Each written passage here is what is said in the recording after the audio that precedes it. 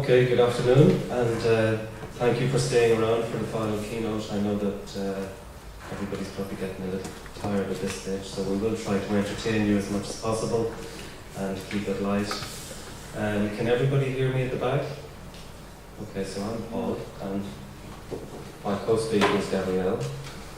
Infinitely more entertaining than I am, I have to admit, so if you can bear with me for the first... And more beautiful.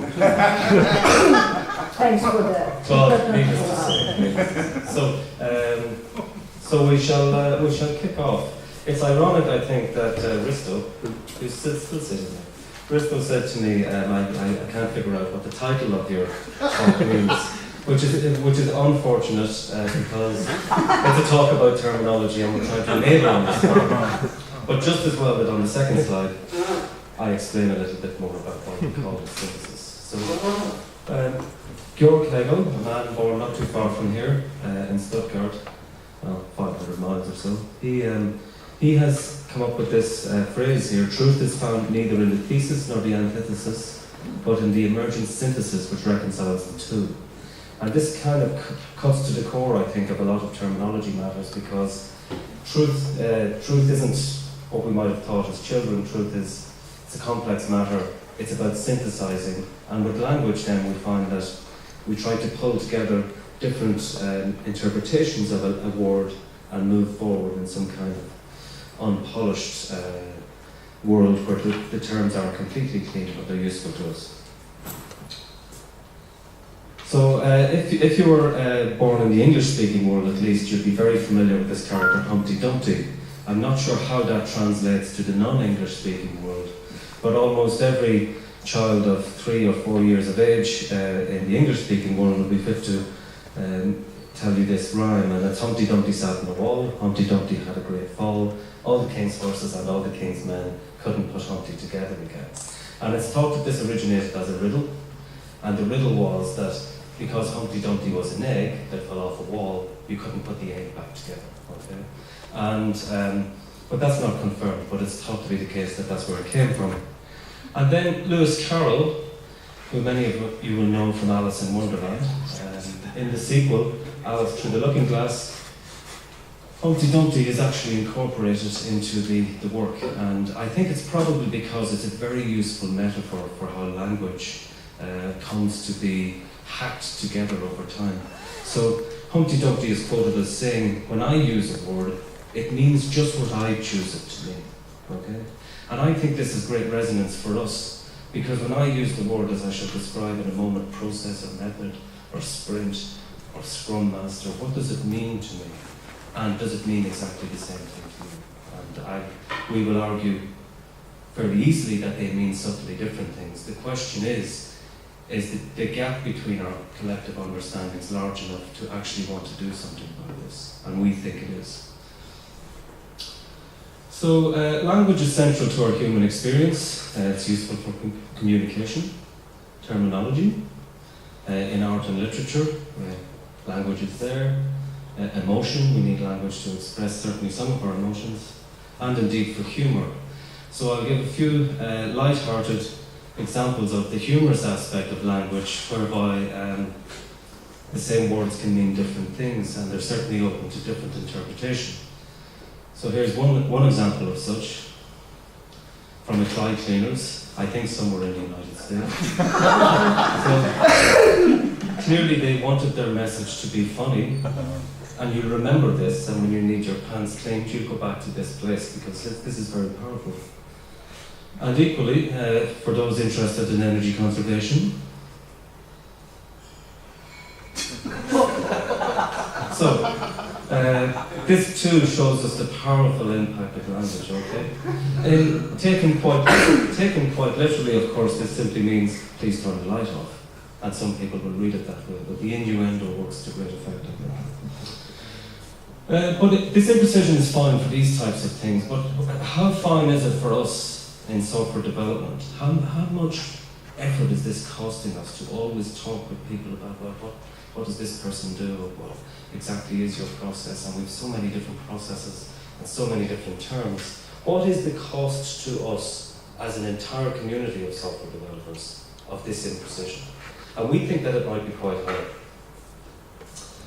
So imprecision is expected sometimes and encouraged sometimes. Okay, so this evolution of language is a beautiful thing in some ways. Okay, so particularly for great playwrights such as George Bernard Shaw. But he has rightly acknowledged that the single biggest problem in communication is the illusion that it is actually taking place.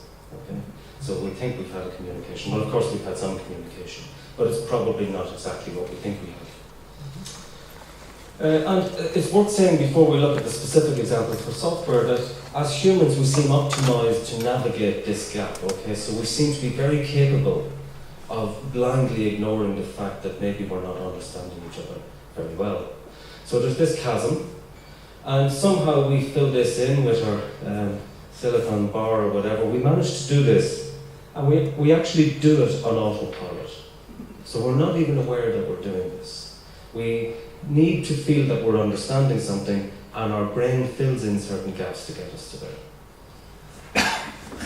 So let's have a look at some of the terms in software development today.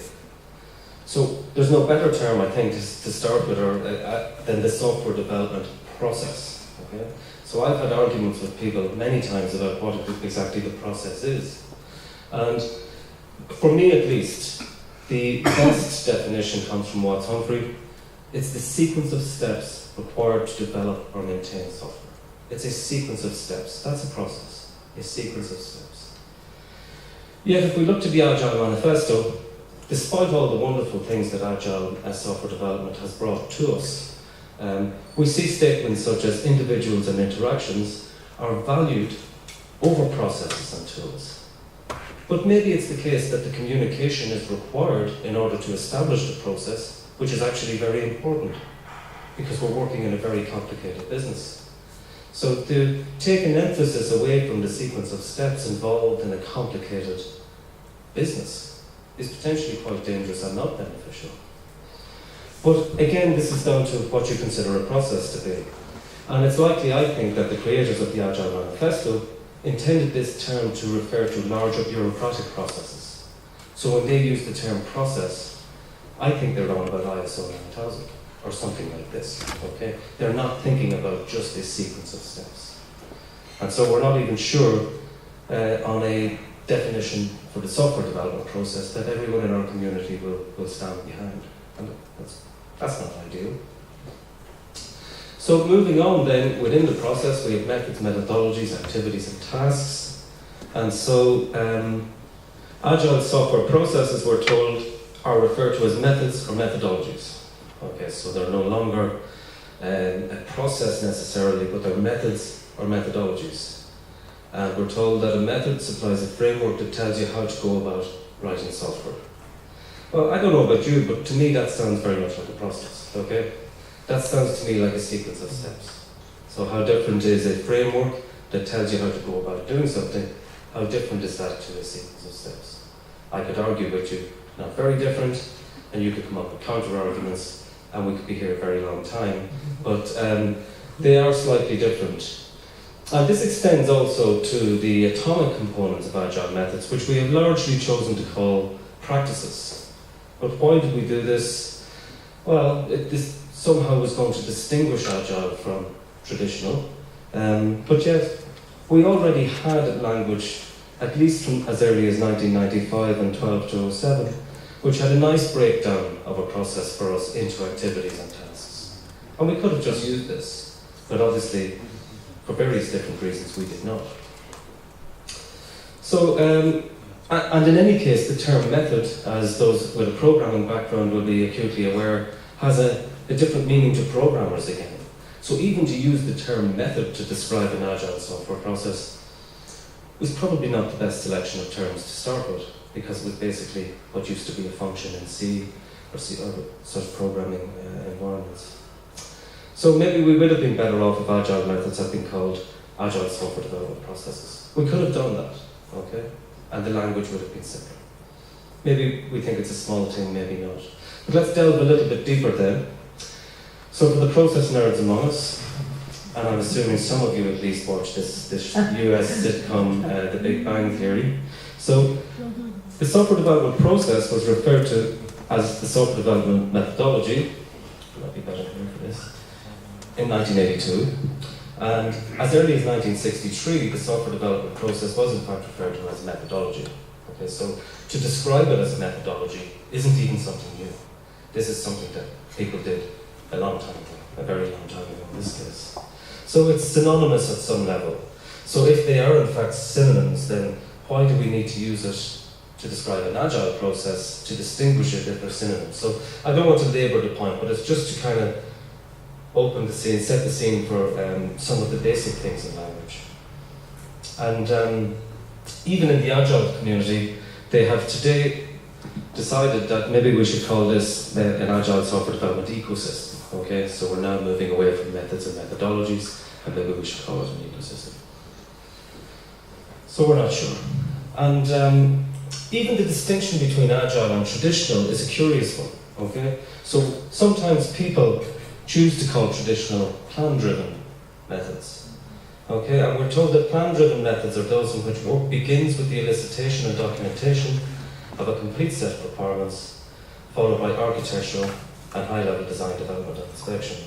So, I mean, one of the problems with this type of definition is it has created the view in certain parts of our community that what came before Agile insisted that we must be strictly sequential, have our requirements all elicited up front, and then go through the various steps.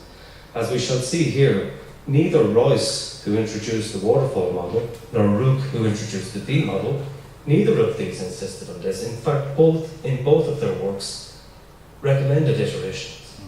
Okay? But yet there's a whole part of our community that doesn't even recognise that fact. Okay, so let's just go a little bit deeper on this again. So let's look at the juxtaposition of terms that are sometimes used to characterise agile or traditional software development. So we see agility versus discipline in the wonderful work by Barry Beam and Richard Turner.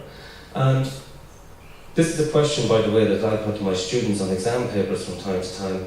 Which requires more discipline, agile software development or traditional software development?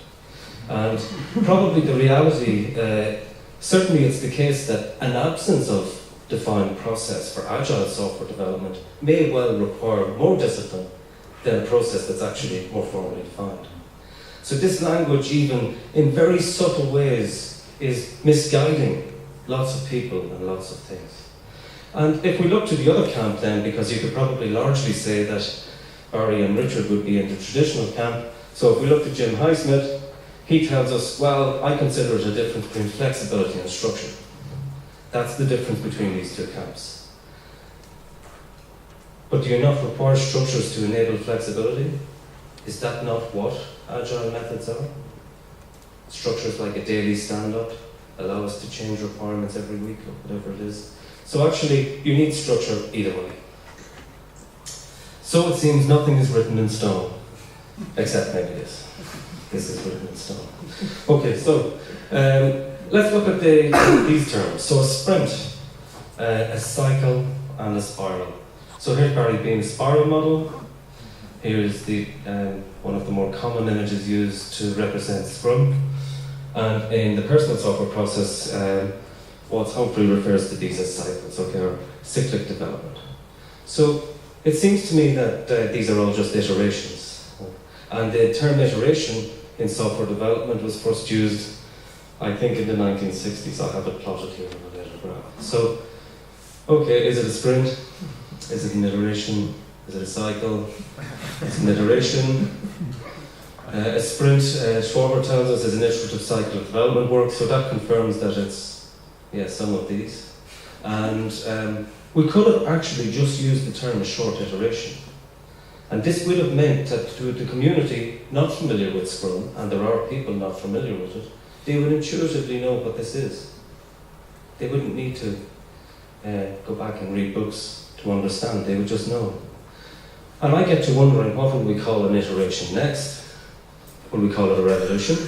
I mean, maybe we will. Will we call it a rotation? It's possible. And a metaphor I personally is close to my heart, a harvest. So maybe we have a cycle of growing grapes, and they're harvested and produced and refined, and we've vinification, and eventually we have something nice to enjoy and drink. But any of these metaphors can be applied using language that complicates our understanding, or it puts us at a distance from the concepts that really matter. So, I presume there are lots of safety-critical people in the house familiar with the V model. You probably all know very clearly in your mind what the V model is. So there's the V model. Does that look like a V model to most of you? Yes. Okay, I'm getting some nods from Alex, so that's good enough for me.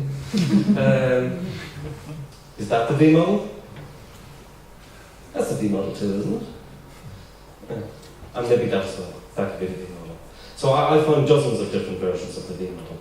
And so we see that this implementation phase, which for me is actually a very dangerous way to describe what happens down there at the bottom of the V, because I think it's everywhere. But implementation over here is called development. So implementation is development. And down here it's coding and fabrication. And unit test. Coincidentally, this one is closest to the original model that Rook published in 1986. But you get my point. We think we know the V model, but probably if I consulted with all of you, I'd get a very slightly different view of what it was. Oh, sorry. Okay, so I like this. So life was much easier. Certainly, I try my best to keep my mobile data switched off if I can. It's just a personal thing, so I can check I can still check my email 10 times a day on my laptop, not every minute. So, was life much easier when requirements were just requirements? So the term software requirements is in use at least as early as 1965. There's some wonderful work in the US, mostly in the naval aspect of defense on this. But we're told then use cases arose, and they were to great advantage and still are. And we're told they fulfill the role of software requirements. Well, okay, that's fine. And we know what they are. And then adaptive software development arrives, and we're told that the term feature is used. We no longer talk about requirements and use cases. We now talk about features. The number of features constitute a scope, and the number of features can deliver a single piece of functionality.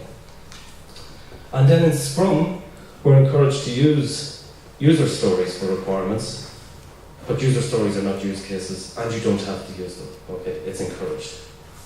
But those familiar with both will know that they're not the same thing at all. And then in Scrumban, which you may not all know, but this is popular enough in certain places, Scrumban tells us a feature is an atomic use case, the simplest practical expression of what does the user want. And the use case is a description of how the product will be used in the context of the user. Okay, so you can see where this is going. And I don't know about you, but frequently I end up here like this diagram. Okay. I still haven't figured that diagram out, but maybe you will. Okay, so a very brief history of software development terms. Here we see things like, and I'm going to just have to step down off the stage here so I can point at it. What was a review meeting? We sometimes now call a retrospective. Okay. Sometimes it's called an event. We know there's a distinction between inspections and review meetings. Incremental and iterative development, which are at least around since the 60s, came to be known as sprints, cyclical development cycles. There's even simulations and prototypes in there as other terms that can be used. The process itself, as we have seen, has come to be called methodologies, methods, and ecosystems. A project manager, and this is a curious one because this extends to roles as well, which is something that Richard highlighted when we were working on this around about 6 or 7 months ago. So, what is a role? You know, the best example I can think of the confusion in this space is a Scrum Master. So, everywhere you go, a Scrum Master seems to be doing something a little bit different. And certainly there is published reliable information that tells us they're doing things they should, you know, that's outside the bounds of the definition, and which the creators of Scrum say they shouldn't even be doing. So they end up running and driving the project like a traditional project manager, which was never intended as their role. Okay? So somehow everything is very confused and muddled here. And you can see requirements, and this is just a snapshot. We have much more information on drift in terms. So how does this manifest itself? Well, I'll put this question to you, leading experts in this space. What's the difference between these two terms, or these two sentences? A software development team led by a project manager and delivering new functionality via software releases and short iterations. That's the first one. And the second one is a software development team where a scrum master guides the development process, implementing sprints to deliver working software containing new user stories. So, what is the difference between these two? Be brave. The wording. The wording. Very good, Detlef. The wording is definitely different. Anything else different? Do they mean different things? Do they mean the same thing? Okay, it's Friday. Thomas? At the end, it's all about delivering software. But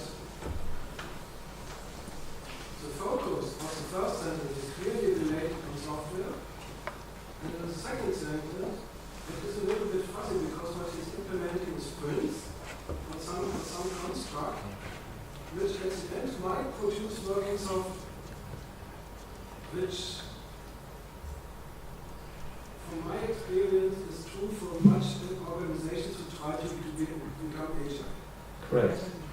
So what we're seeing here is... I think most of the young software engineers will run to the second team so that the better software because it sounds better. You're probably right, and I'm going to come back to those young people in a minute here. Yes, well, the problem with this is these may or may not be different, okay? This is precisely the problem. They are different, obviously, they're different literally, and they're probably different, but how different are they? You know, I don't know, I don't think there's an easy answer. I think there's still some nuance in the role of the project manager and the scrum master, because leading and guiding is not the same. Correct. So, this language is a messy business, I think. Very messy business. And maybe more messy, so this chasm I was talking about, where our brain automatically fills in the chasm, this is what happens with these types of things. And we think we know, but we don't. Well, I don't know. maybe you know. I know for me, and that's what happens. So, so what? Does it really matter? And maybe it does, and maybe it doesn't. So we have language drift, and that's to be expected, and also promoted. So where we have genuine instances of conceptual evolution in our field, we should expect new language to come with that, okay, as a definite. But what are the types of things that can happen here? Well, we might not intuitively know what a person's job is. I had this problem once in a company where I was responsible for the process of about, I don't know, maybe 150 people or something like that. And we ended up spending about 2 or 3 months just trying to fully appreciate what people's job roles were. But it was a really good exercise because once people knew exactly what they didn't do, they seemed more comfortable in the world. I think it's a bit like when you stop at the traffic lights and those traffic lights that are counting down, I get much less stressed at those, because I know it's only 20 seconds, so I have the information. But when I arrive to the traffic lights that don't count down, then I don't know when they're going to change. And I don't know about you, maybe it's just my genetic makeup, but it tends to stress me a little bit.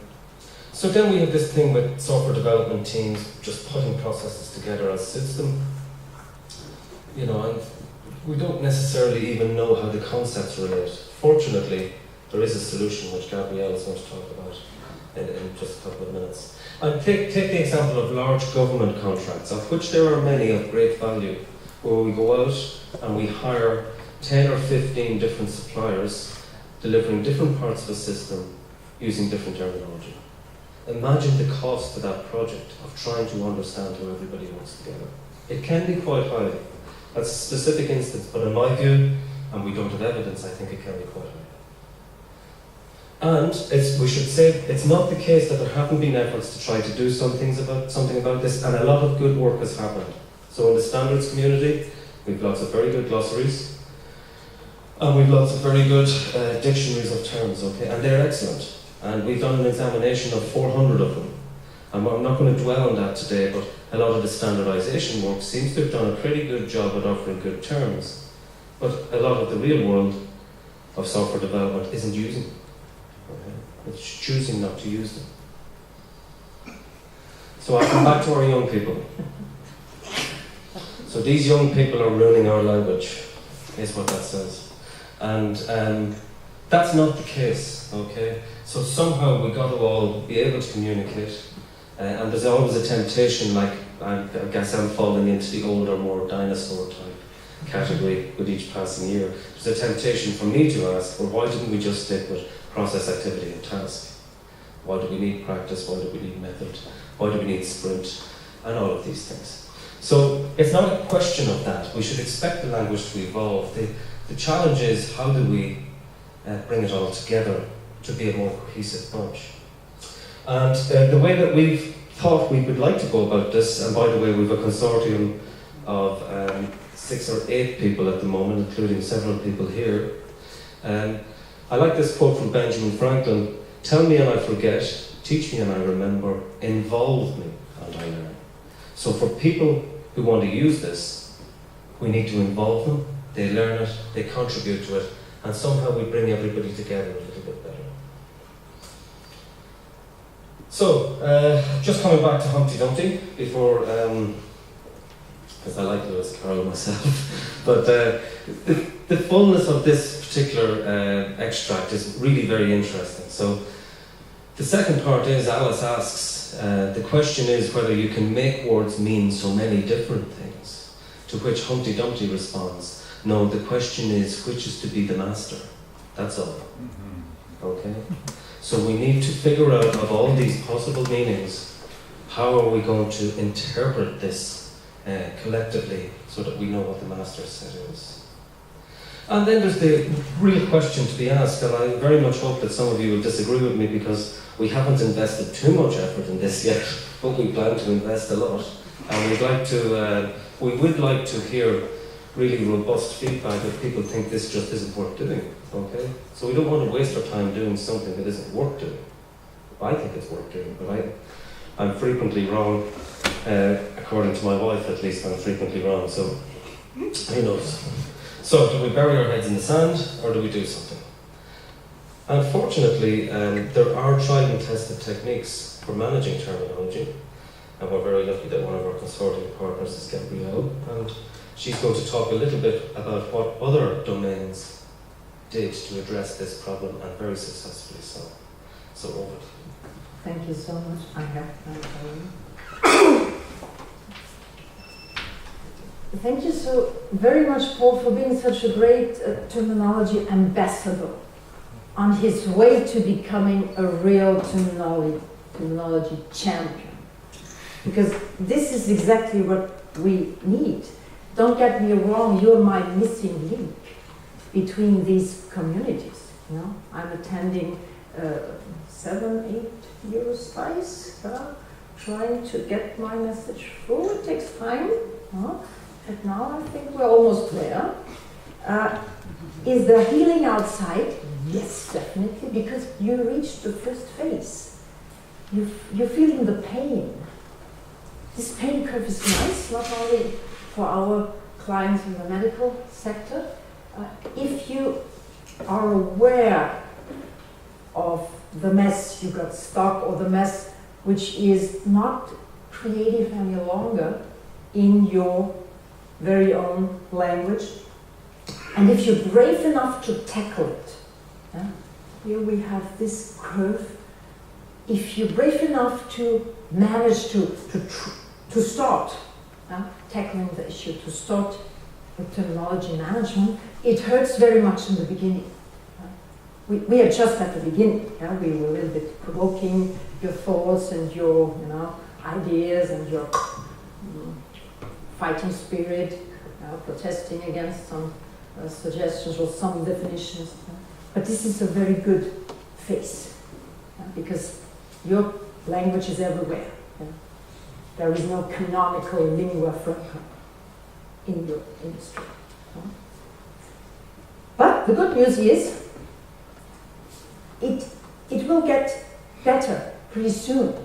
There is, when you do not care about your own language, usually you can get away with it quite a while, like with your tooth. you know?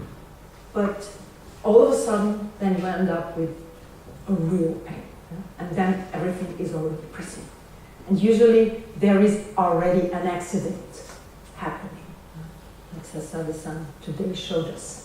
Amongst other problems in this horrible plane accident, there was also a language issue and a terminology issue. And they learned from this horrible accident and came up with a standard terminology. Yesterday I learned the last thing we need is another glossary. So, okay, we got over this thing, maybe the foxonomy, it's nice, I will not tackle that today. Maybe you are on the way to the bigger picture. This arrow shows you that there is an increase in semantic richness. So you're on the way, maybe, or with our synthesis project, we are on the way from the glossary to an ontology. And I'm fully aware that when I mention ontology, there is a different or 10 different definitions and explanations popping up. So forget about the glossary. Okay, too simple, we have it going around. Taxonomy, what's a taxonomy? There is that notion of hierarchical classification coming in. Maybe not really sexy, again. Thesauri.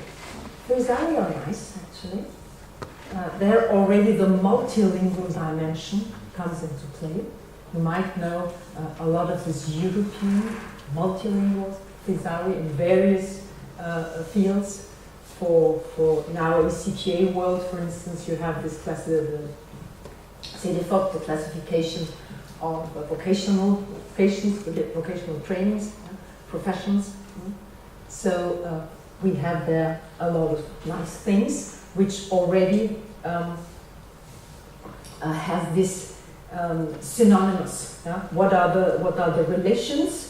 What are the terms, synonymous terms, what are the relations? So again, richness, of course, is higher. And then, let's say 15, 20 years ago, they came up with these nice visualizations. You all know that. Topic maps, it was a hot topic 10, 15 years ago.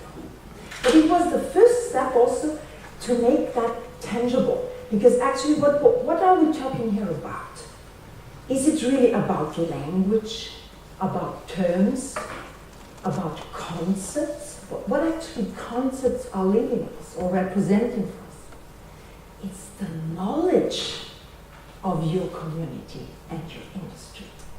When we go from that glossary to the ontology, these steps actually are the way of how we organize our knowledge. And not about fighting for terms and words and definitions only, but really to making our knowledge tangible and reusable. And of course, as I said, this is the highest formal representation. There you have all the relationships between the concepts. And I know that it was in your world, in computer science at least, it's very much about automatization. When we are talking about ontologies, we really mean a thesaurus with all these relations visualized in a higher step, in a knowledge organizational system, where you can see all the overlapping meanings of maybe some one and the same term. Because the concepts, Sasabe-san was introducing today these core concepts of Japanese total quality management systems. And we think we understand already, because this is not new for us, we are working with this. But maybe only up to a certain extent, because there is a whole different philosophy and culture and history behind that. And with an ontology, with all these mapping of concepts and terms in various languages, we live in a globalized world.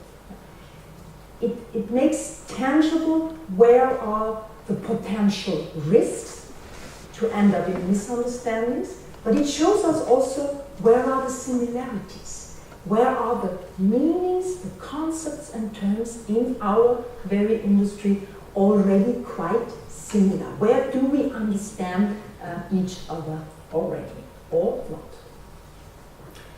But don't get me wrong. With all this standardized terminology, it is important in such cases like in aviation. There is no room for creativity, because otherwise you can end up in a tragedy, in a horrible accident. Terminology management is all about quality, that's for sure. It's all about safety and security, yes, and there we have this notion of standardization, which is not a pressing need in software development and engineering. Plus, and this actually I think is the most important thing, it must be fun. Systems and tools and platforms are wonderful, and we saw so many of them just dying, or just like, zombies floating around in the web. No, it's not living. So there is no use spending time and energy to that. This is not what we intend with our proposal or with our project. People first. People creating, defining processes. And then comes the tool. There are a lot of tools around. Amazing tools for really highly professionally managing, maintaining multilingual terminology. It's really great, but don't start with it. It's very misleading, because then you're trapped in a tool or in a way of thinking. The first way is always get the buy-in from your community. And that's why we are a little bit bombarding you with our terminology issues in this year's SPI. And we're very proud that we had so many contributions from our university members and industry partners who really think that time is mature now, also in your industry, to come up with concrete case studies and solutions for a common problem, because you are not alone. I can comfort you. Each and every industry, science community is in the same situation. It's not avoidable. And it just multiplies when so many different languages and cultures come in. But it always, even in one language, in one culture, if you have this level of knowledge and development and innovation, you always end up in a lot of concepts and terms to be updated, maintained, managed. And how this could be? It's quite easy, actually. I show you a standard process of terminology management applied in various, it's quite generic, because it's pretty simple. So if you have to agree on a term, not necessarily a new one. New term means here you have a set of master data. In an industry environment, it could be your enterprise data, your very or product data, product description. This is everything what's all your patents. Everything which is really, really most important in your company would be called a master data. This has to be consistent and correct, because then it spreads. If you have it in one system, in one database, and then you have it in another one, etc. Then you have to correct inconsistencies all over and over again. So this is what we call master data. And if you want to agree on which term or which terms do we use, it's always a quite simple process. which has to be adapted then, of course, in the environments. But it's not a complicated thing. I saw process descriptions with hundreds of things. Forget about that. Now, this is just misleading. This is just done this provoking the reaction. Oh no, not another process. Please leave us alone with the terminology process now. On top of everything which is already overwhelming us in terms of not another one. This is not another one. This is to be implemented in a very simple way in your daily work. Yeah? You just need roles. Yeah? You do not need huge teams. You do not need too small teams. Everybody who is really very much involved in creating terminology. As an expert, you are creating terminology all the time. So you should be in that group, yeah? In the terminology responsible group. But in principle, everybody in a company or in an organization could get the right to become an applicant. Meaning to say, hey, I would suggest to use this term. I would suggest to not use this term. Let's delete that term. Or look, there are inconsistencies. I would suggest to sort that out. So this is what an applicant needs. Yeah? And he or she proposes a new term or to delete an old term in one language. Yeah? We have to start in one language. Even in those companies where you have two official languages. But let's say that this is more an easy example in one language. Yeah? So the terminology responsible, and we will see in a minute who this person can be. Yeah? It's not a terminologist. Yeah? It's not a language expert. Yeah? The terminology responsible is responsible, yeah, for these issues, and it's a group. Yeah? Proposes, defines, yeah? And then you have a very simple mechanism of approving. Yeah? And it's not a new tool. People often ask us, shall we use your terminology tools already? Not necessarily. In all these systems, in all your tools, you have these mechanisms already. Don't use a new tool in the beginning. Yeah? The process of having this group engaged, committed, and active and interested in really coming up with solutions. This is what is most important here. And then you inform the applicant about the result, what has been decided, is the term approved, and then, if applicable, if this exists already, you clean existing matter.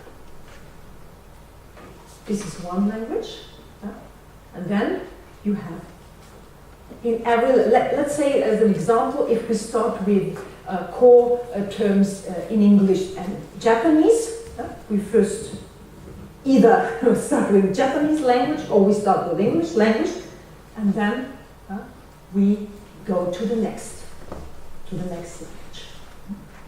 And then it's the same process. We approve in this language those experts who, of course, are native speakers of this language. In our community, it would be if we come up with an English term and we would need then the approval in Spanish, of course, we would contact the colleagues in Spain.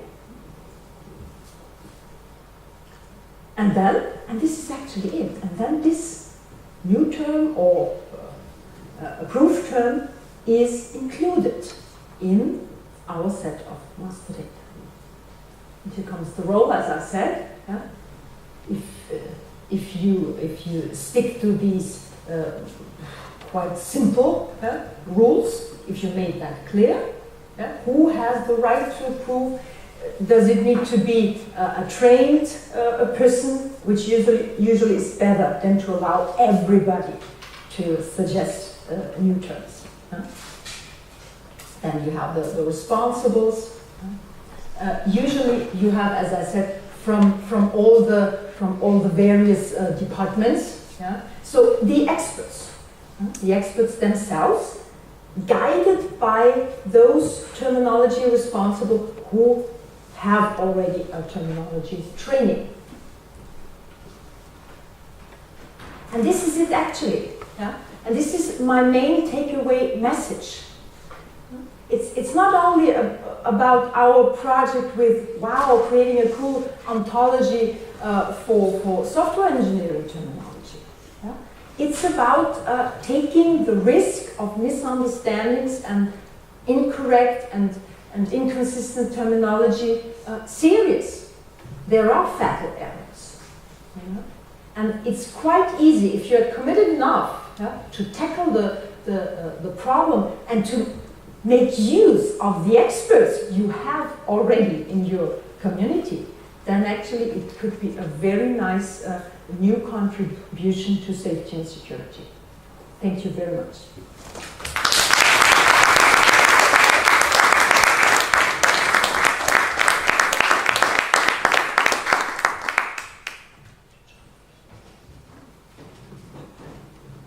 Don't leave me alone with this man, so please.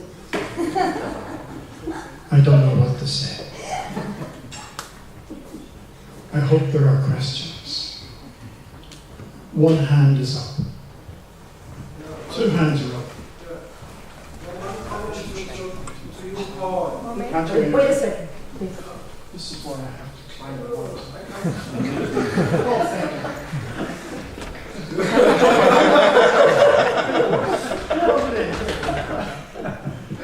Stay here. Okay, one comment to you, Paul. I would have, when you started with all these language mismatches, I was flashback to Grenoble, to the Grenoble EuroSPI. I know why. I know why. Ivar Jacobson. Correct. Yeah, his paper, get rid of processes, let's do practices. I said, when is it on the slide? Yeah, because was really, Ivar was really bushing up the process by the written and complex process system and the practice of what people really do. And you know, I had a fight with him in Grenoble, and we were really contradictory because I said, Ivar, what you're doing is a bluff. Yeah? And I had expected this, and I had colleagues in the Y-Model XT community, and one was saying, "Oh, it's so hard to implement the Y-Model XT," and I said, "Hey, why don't you use the ESSA from Ivar Jacobson? So simple." And he said, "Well, it's more hard to implement ESSA."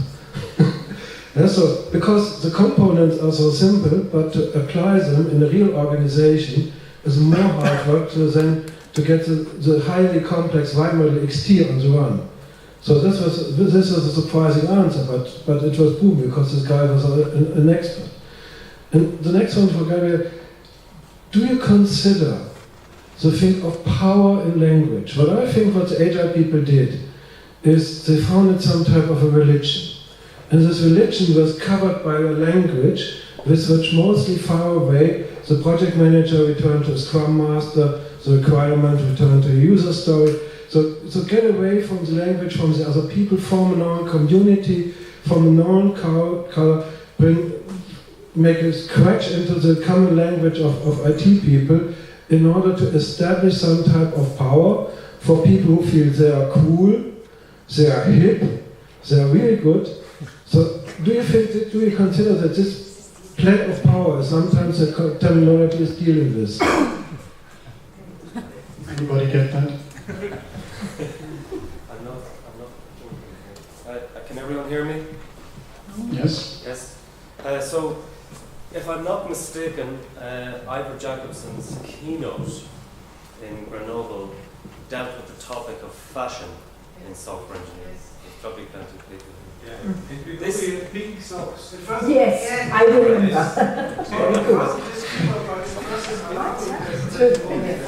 I know. I'm not as familiar with that, Thomas. Sorry. But I think the keynote tells us a lot. So the keynote does tell us that this is fashion and language is fashion. And while Agile may have started off in a snowboarding resort with the Agile manifesto, every major religion started out as a cult. So that was the cult, and it has grown and it has its own language. But the real question, if we step back and we're the whole community, is... They can't hear it back. I need this. Oh, I have this. Oh, great, but I didn't realize. So mean, does that answer your question enough? Yeah. It does. Gabriele. Yes, of course. Yes, every new school, every new religion needs a new language. And every car manufacturer at Microsoft created and still dominates the language of, you know, of software, mouse and menu and whatnot, you know. Of course they do it on purpose. BMW coins its own term, Daimler coins its own term, just to distinguish their wonderful products from others. They do it on purpose, of course.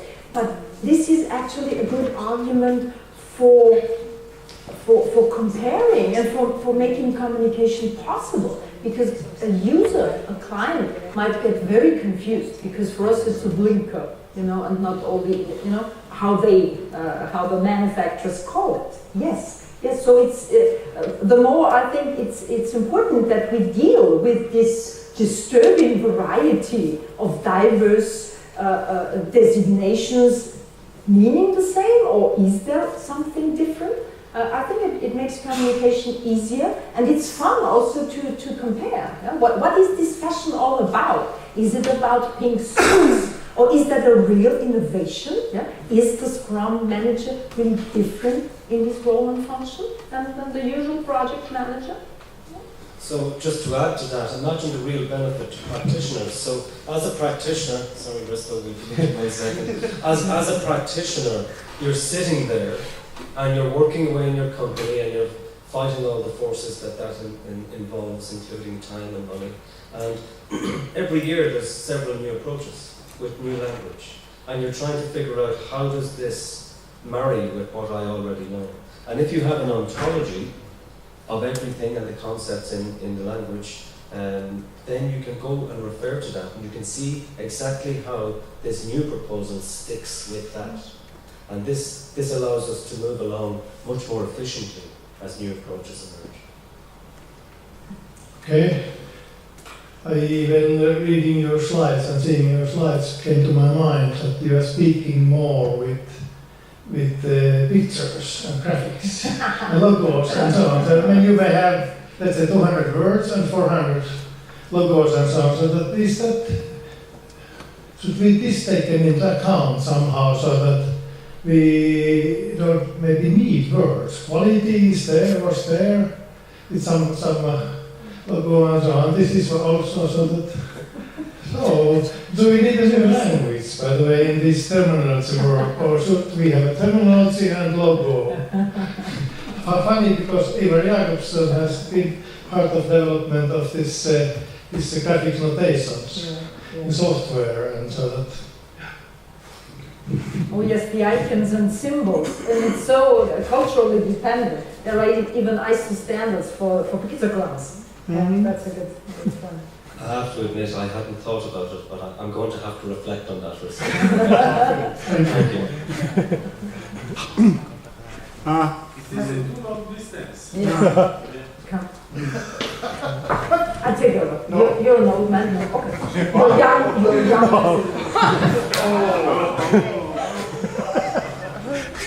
I think your terminology is Now I get a question from him, Lucy. That was a metaphor. Okay, thank you. I think when we would define a terminology like you plan, it probably cannot be one-dimensional. So in your presentation, you always try to find one term for the same thing. So there might be two different sentences, but they mean the same. I think, maybe I would like to set your opinion on that. I think it's more, how to say, subtle, because it might have more dimensions. If I say project management, and I take someone from software, and then I take someone from production line, then I take someone who produces shoes. Yeah? All of them would understand project management, but they probably understand something different below it. The basic term is the same, but when it comes to the application of methods to do it, there will be a difference. So there might be layers. What's your opinion about this? There have to be layers, of course. In a decent terminology database, all good terminology entries clarify whether this is a synonym or where's the difference. You have the definition, you have the explanation, just to make sure. Yeah? We wouldn't like to be the language police. Yeah? And as I said, standardization of terms and this descriptive terminology, where really it is a good idea to use only this very term. This is only in highly relevant and safety and security relevant environments, you know. But all other, and this is 99 of cases, of course you have this creativity, and because you have the creativity and synonymous and overlapping meanings, you must make that clear, you know. Because otherwise we wouldn't be in that position, you know. We wouldn't have a problem actually if it wouldn't be so multi-layered. That's why we need the processes, we need the engagement of people, and we do have the tool. The tools are not the problem. Switching over to the partner, Lord partner. Correct observation. So, I guess one of the ideas we have been toying with is, so say for example we have a term, and a term we can find 10 existing definitions for the term. Now this is from the one perspective, rather than from. So imagine we're all in the software development community, and we all have a view on project management. So we can post 10 different definitions that we've found that are in common use for project management, and we can ask people from the community, hundreds, maybe thousands from industry and from this community, to vote on how strong they think each of those definitions matches with what they think project management is. Then you start to extract the core concept that a broad number of people consider project management to mean in software development. And this is vitally important because this actually brings us one step closer to something that has been acknowledged as missing. So if you're familiar with the work of Brian Fitzgerald and Klaas-Jan Stone in our institute in Europe, they have rightly pointed out that there may well be an absence of a general theory in software development. And the absence of the theory problem can be helped by the elicitation of the concepts. So if we can get to the concepts, maybe we're just one step away from actually bringing forward a general theory on software development into which all of these plug. Every other type of development can plug into them. Another question is allowed. Okay, just the answer for the first one, then the second question. I'm always going back to structures, because everything must have a structure. And I was thinking about, there was an article a long time ago for myself that we probably still build systems on the basis of the Greek philosophy, Aristoteles, objects which have some attributes, and we build links of the objects, and then we have a kind of function that runs through the objects as a relationship of it, a behavioral model. And I think a language is similar. We might have a term, and then we have a combination of the term that has a different meaning. Yes.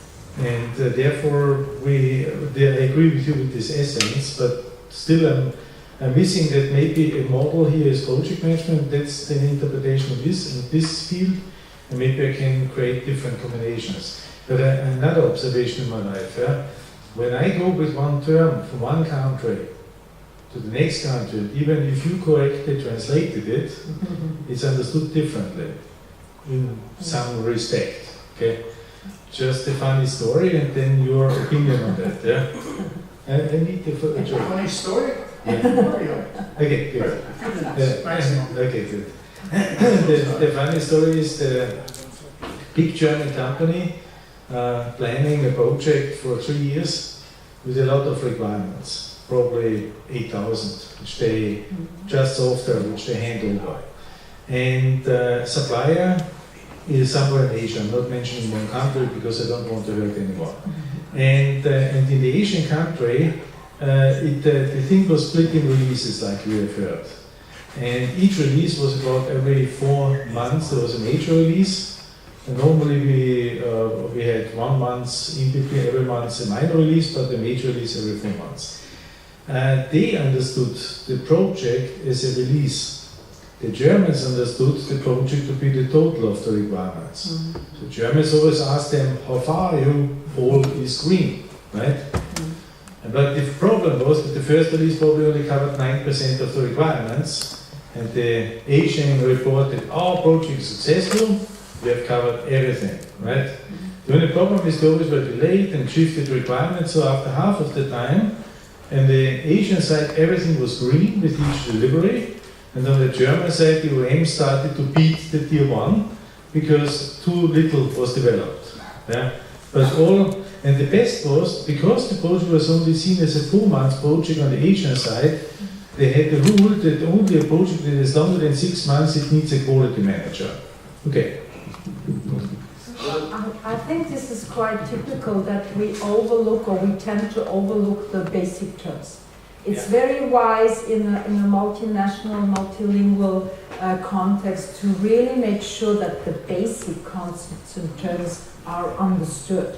And there again, it can help a lot when you can make it tangible, be it this mapping, or to visualize, to really make people understand that even the core terminology might be understood quite differently, and to come up with common terms and a common understanding.